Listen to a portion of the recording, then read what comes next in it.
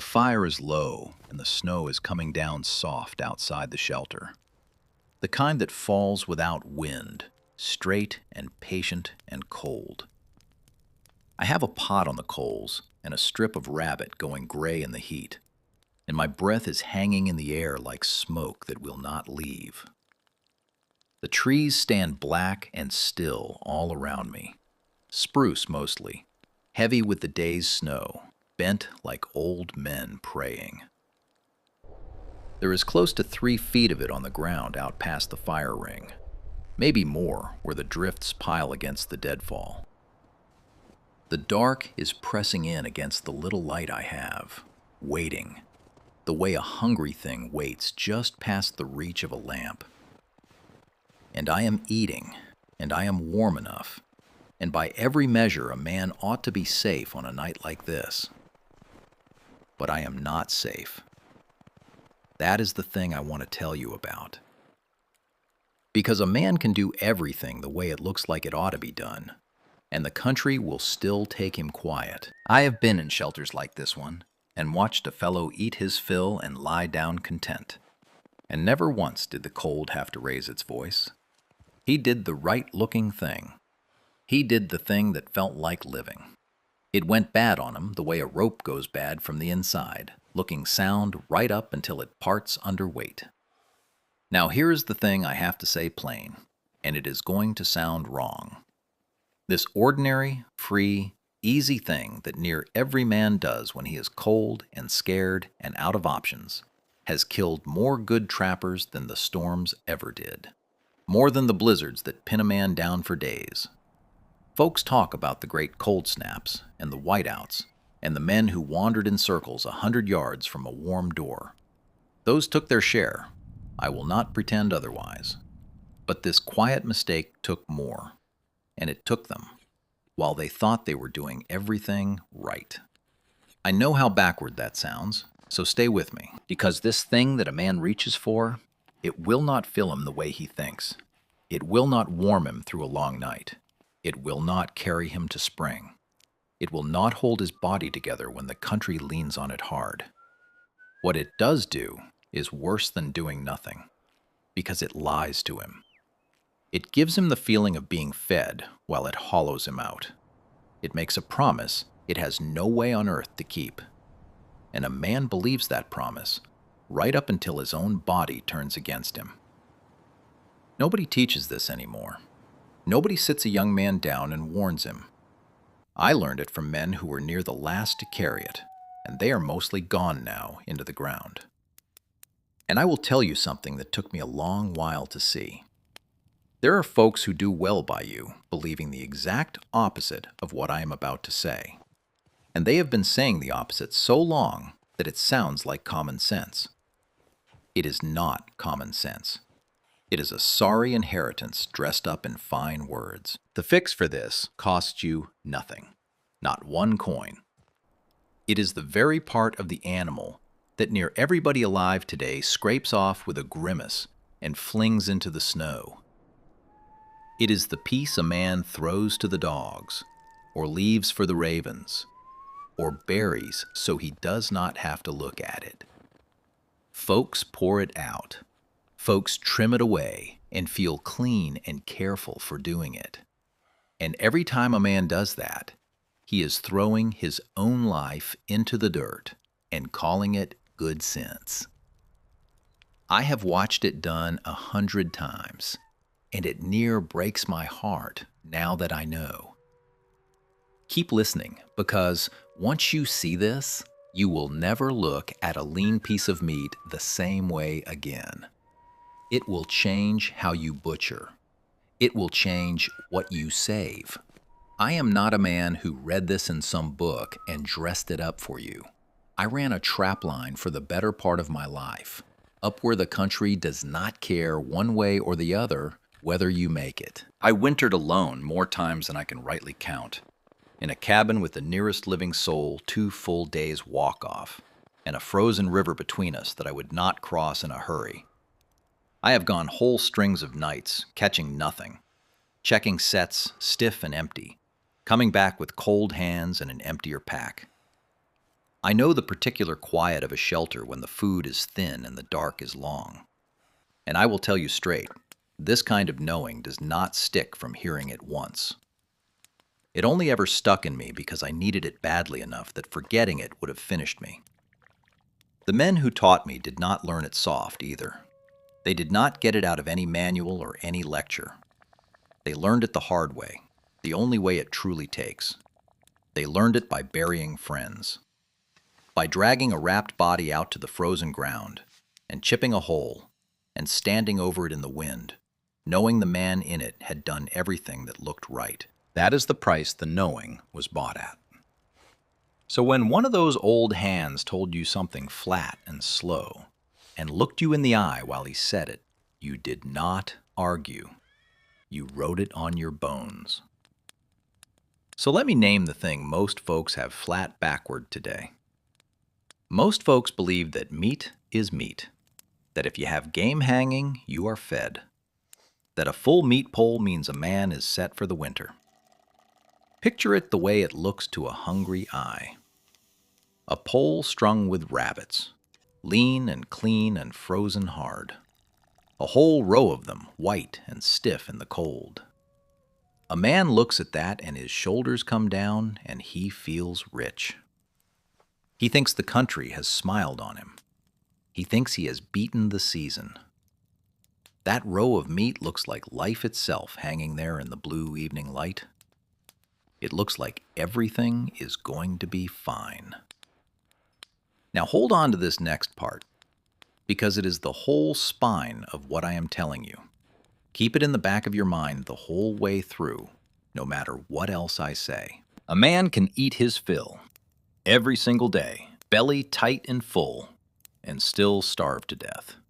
A full man starving. I will show you exactly how that happens.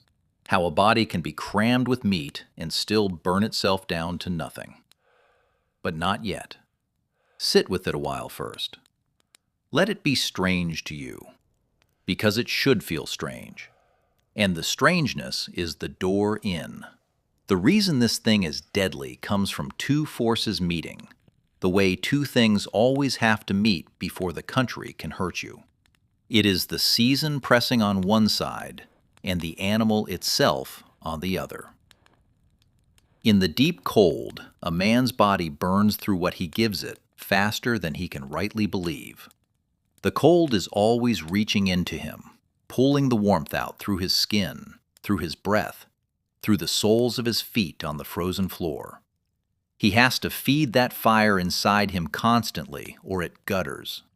And at the very same time, late winter does a thing to the animals that most folks never think about. Come the tail end of winter, the game has been living off its own body for months. The deer, the rabbit, the hare, all of it. They have burned away what they built up in the good season, and what is left of them is lean. Lean clear through. There is no fat on a late winter animal to speak of. Not on the meat, not banked around the middle, not marbled through the muscle. It is all string and water and hunger. The same hunger the man is carrying. So the man is at his coldest and his neediest, and the only food the country hands him is the very thing that cannot save him. That is what the old hands called the killing time. That is when it comes for you. Late winter is the killing time because everything lines up wrong at once. The man needs the most, and the country offers the least of what he truly needs. His fire inside is roaring to keep him alive against the cold. His food is stripped bare of the one thing that would feed that fire, and he does not know it. He looks at his meat pole, and he feels safe. That feeling of safety is the trap closing. The country does not need a storm to kill a man in the killing time. It only needs him to trust the wrong thing and keep on trusting it. And here is the cruel logic of the trap, the part that makes it so hard to escape. The easiest food to get in late winter, the most available, the thing a snare will catch you again and again, is exactly the lean, stringy game that carries no fat. The rabbit is everywhere. The hare crosses your trail a dozen times a day. A man who is desperate and cold and hungry does the natural thing, the obvious thing, the thing that feels like survival with every fiber of him. He eats more of it. He fills his belly with it morning and night. He tells himself he is doing right because his stomach is full and the meat is going down. And every single time he does that, he digs the hole a little deeper. Every full belly of lean meat drives him further down into the very thing that is killing him. He is working hard at his own dying and calling it eating. That is the wickedness of it. The harder he tries to save himself with the food at hand, the faster he goes under. It is like a man sinking in soft snow who thrashes to climb out and only packs himself deeper. The struggle is the sinking. He cannot see it because everything in his body is telling him that eating is living. Eating has always been living. His whole life it was true. And now, in the killing time, on lean meat, it has quietly turned into a lie, and he has no way of knowing the rules changed on him. Now here is where most folks go wrong.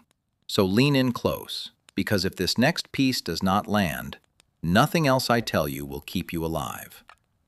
Meat feeds you. Meat is strength. Meat is all a man needs to live. Those three things sound like the plainest truth in the world, and they are wrong in the way that matters most. Lean meat by itself is half a thing. It is a key with no teeth cut into it, a key that slides in the lock smooth and easy and will not turn no matter how hard you press. It is a fire with fuel piled high and no draft to let it breathe, so it smokes and smolders and never throws real heat. You can have all the meat in the world, and it will still not turn the lock, because the part that turns it has been thrown away in the snow. The people who lived on this land for 1,000 winters running, they almost never died this way. Think on that. Winter after winter after winter, generation stacked on generation, in this same hard country, and this particular death was near a stranger to them. It was not because they were tougher than other men, though they were tough. It was not luck. It was because they did the opposite thing by pure instinct and by everything handed down to them from the ones who came before. They knew, without having to be told, what part of the animal was the treasure and what part was the filler. They would eat the fat first and hand the lean to the dogs if it came to it. They built their whole way of eating around the thing modern folks throw away. And the ones who died, they were near always the newcomers. The men who came into the country from soft places and watched the old ways and thought they understood. They copied the doing without the knowing. They saw an animal killed and butchered, and they took away the wrong lesson, the easy lesson, the one that flattered what they already believed.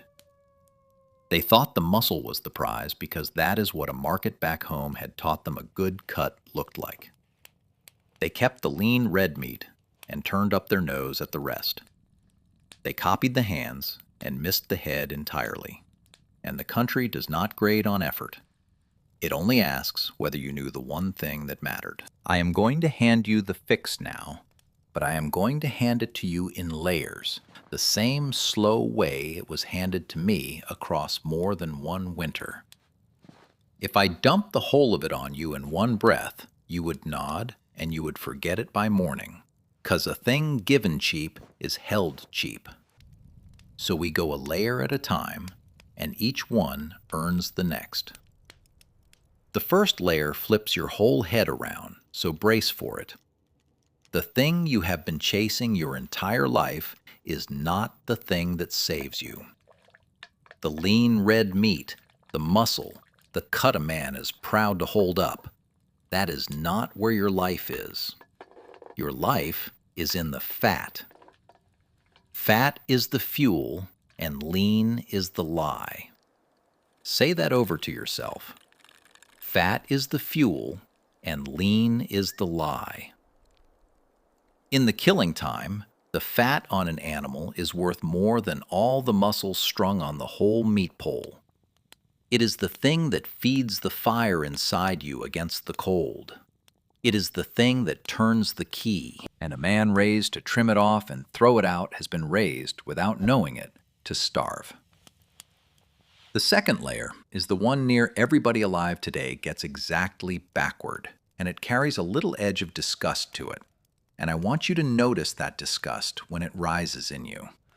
It is the organs, the liver, the kidneys, the heart, the brain, the marrow hid deep in the bones, and the fat banked around the guts. Modern folks have been taught to find all of that foul, to wrinkle the nose, to call it waste, or worse, and pitch it into the snow so they can get to the clean red meat they were told is the real food. That disgust you feel, that little turn of the stomach, that is the exact reason the treasure is still lying there untouched for the man who knows better. The revulsion is what guards the gold.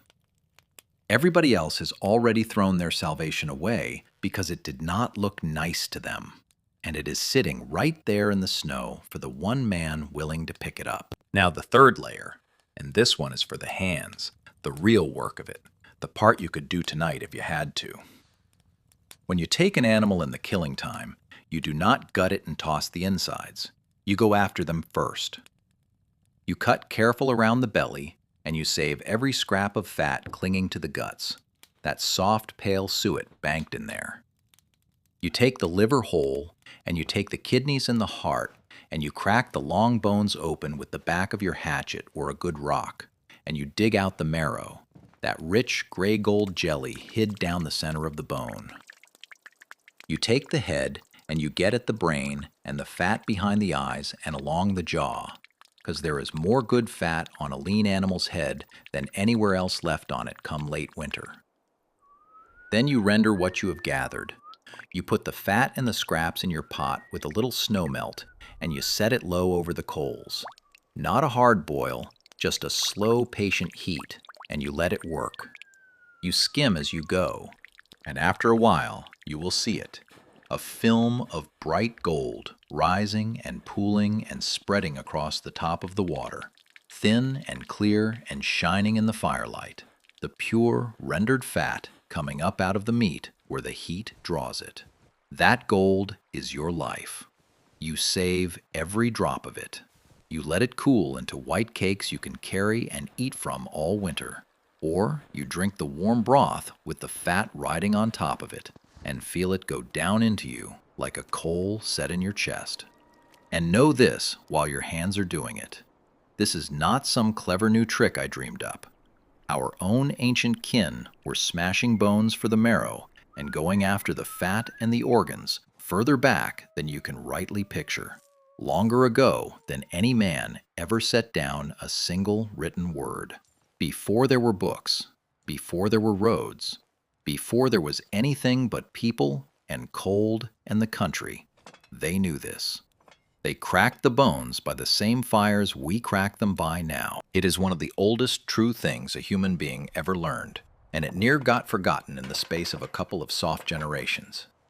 That ought to tell you something about how easy a truth can slip away when nobody needs it for a while. Boil the bones long and slow, and you get more than marrow. You get the good, rich stock that carries what the plain meat cannot. Bury a store of rendered fat in the cold ground near your shelter, and it will keep for you through the worst of it, a cache against the empty days. Strip every last useful scrap off the carcass before you give the rest to the country, because waste in the killing time is a kind of slow suicide. Wring the value out of every animal like it is the last one you will ever take. That is the doing of it. Hands and pot and patience. Now the fourth layer, and this one sounds like madness until it clicks into place. When the only food you have is lean, when all you have got is that stringy late winter muscle and none of the fat, the answer is not to eat more of it. The answer is to eat less of it. Eat less of the lean meat, not more. I know that goes against everything screaming inside you when you are hungry and cold. And that is exactly why I am saying it twice. When lean is all you have, you eat less of it, not more. Because the lean meat is what is poisoning you slow, and piling more of it into your body only speeds the thing along. A hungry man's whole nature fights that idea. But the man who can master it and hold back is the man who walks out come spring. Now circle back to what I told you to hold on to, the full man starving, and I will show you how it works inside a body. When a man eats nothing but lean meat, his body has to break it all down, and that breaking down makes a kind of waste inside him. His body can only get rid of so much of that waste in a day. There is a ceiling to it, a wall the body cannot climb past no matter how it strains. And when a man keeps eating lean meat past that wall, the waste has nowhere to go, so it backs up inside him where it was never meant to be, the way a spring backs up and floods when the outlet freezes over. His blood turns foul with it. He gets sick and weak, and his head goes wrong, and his gut cramps and turns on him. And here is the killing part. With no fat to burn for warmth, his body goes looking for fuel anywhere it can find it, and it turns on itself. It starts burning its own reserves, and when those are gone, it starts eating its own muscle, tearing itself down from the inside just to keep him standing and warm one more hour. So the more lean meat he eats, the more waste he makes, and the sicker he gets. And all the while, his body is devouring itself for the fuel the meat cannot give. He is full, and he is starving in the very same breath. A belly packed with meat, and a body eating itself to death. That is the paradox, plain as I can lay it. A full man can starve. I want you to understand what that feels like from the inside. Because the old accounts all say the same thing about it. The men who lived through it and the ones who watched others go under, they all describe a terrible feeling that came over a man on lean meat. A clawing, bottomless, frantic hunger that no amount of eating would touch. He would eat and feel emptier for it. Folks looking on might have called it greed, might have thought the man weak or gluttonous for stuffing himself and never being satisfied. It was not greed. It was not weakness. It was his body screaming one word over and over, louder and louder, the only word it had left: fat. His whole being crying out for the one thing that was missing and him not knowing how to answer it. And now you see the cruelty of the timing laid bare. The season a man needs fat the most, the deep killing cold of late winter, is the exact season the country offers him none of it. When he is warm and fed in the good months, fat is everywhere, on every animal, easy to come by, hardly worth a thought. When the cold has him by the throat, and he would trade near anything for a cake of good suet, every animal in the country is as lean and starved as he is. The need and the supply run in perfect opposition, the two of them crossing at the worst possible hour. That is not bad luck. That is the country putting you to the test, asking whether you knew enough to lay something by before the door closed. Now let me tell you why nobody ever told you this, and it is quieter and truer than any tale of some plot against you. There is no villain in it. It comes down to money and to time, the same two things that wear away most every old truth. A piece of survival knowing only stays alive so long as people actually need it to live. The day they stop needing it is the day it starts to die, and it dies fast.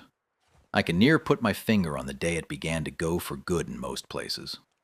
It was the day the road first reached the valley, the day the store opened its doors with the lamplight spilling out onto the snow, the day a man could walk in with a few coins and walk out with his fat and his fuel already made for him, and never once crack a bone or render a pot.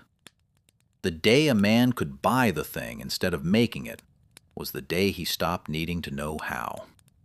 And a thing you do not need to know, you forget inside a generation, maybe two. His son watched him buy it instead of make it. His grandson never even saw the making.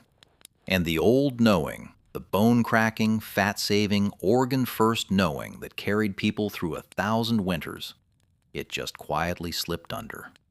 Not stolen, not hidden. Just set down and walked away from, because the country had let up its grip for a little while, and folks forgot how fast it can close again. And here is the part that ought to make you sit up straight. The trade did not just let the old truth die. It took that truth, turned it clean upside down, and sold it right back to you, with a fine word stamped on the label like it was a virtue. The fat that was your life, they taught you to fear it and trim it away. The lean meat that was the lie, they stamped a proud, clean word on it and sold it to you as the healthy choice, the smart choice, the thing a careful man picks. There is no money in telling you to eat the fat and the marrow and the organs you already have. There is plenty of money in selling you the lean and calling it good for you. I am not telling you it is a plot. It is not. It is just the quiet arithmetic of what sells and what does not, running for 100 years until the world flipped and nobody noticed. Let me be straight with you now, the way I would want a man to be straight with me, because I would rather you trust me than be impressed by me. This is not going to happen to most of you. Most men listening to me will never be pinned down in the deep country with nothing but lean meat between them and spring. If you have a store nearby and a warm house and food you can reach, this will likely never come for you. And I will not pretend otherwise to scare you. But if you are ever truly out there, ever living off the land in the killing time with only what you can catch, and that catch is lean, then this is not a maybe. Then it is a matter of days. And here is the turn of it. Every single man this ever came for thought that exact same thing, that it would not come for him, right up until the morning it had him by the bones and would not let go. Now I will give you the hard proof, because I do not ask any man to take a thing on my word alone. Back during the Great War, the second one, the fighting one, the United States Army put out a survival booklet for men who might go down in the far cold country, and it warned them plain about this very thing, about the danger of living on lean meat alone with no fat to carry it. That warning was set down in an official manual because men had died to earn it. And there was an explorer, a man by the name of Vilhjalmur Stefansson, who lived years among the northern people and ate the way they ate, fat first and organs and all, and thrived on it. And then later, under watchful eyes back in a city, he set out to prove the thing on purpose. When they fed him lean meat with the fat stripped away, he fell sick within days, gut turning, head going wrong, the whole misery of it coming on fast. And when they gave him back the fat, he came right again just as quick. That is no legend. That happened. Watched and written down by men who set out to see if it was true. So carry these few rules out of here in your head, and they will serve you better than a full pack. When you take an animal in the deep cold, save the fat before you save anything else. Eat the organs and the marrow and the brain first, and let the lean wait. If lean meat is all you have got, eat less of it, not more, and rest more to burn less. Render your fat down and cash it against the empty days before the empty days come. And never, ever look at a fat trimming again and think of it as waste, 'cause that yellow scrap is the truest food the country has got. Here is the real lesson, though, the one bigger than fat and lean and any of it. Those men did not die because the country was cruel to them. The country was only ever just the country, cold and honest and indifferent, doing what winter has always done. They died because they were certain that meat was meat, certain that a full belly meant a safe man, certain the old ways were just old, and that they knew better. The wilderness never kills the humble man half as fast as it kills the sure one, 'cause the humble man keeps asking questions, and the sure man stops. Stay a little unsure out there. It will keep you breathing. So here is the whole of it, small enough to carry in one hand. In the killing time, the fat is your life, and the lean is the lie. So save the fat, eat the organs, crack the bones, and take less of the lean when the lean is all there is. That is it. That is the thing that near went into the ground with the last of the old hands. And it is free as the snow falling out there in the dark right now. This knowing came within a hair of being buried forever with the men who paid for it. And I will not stand by and watch it go.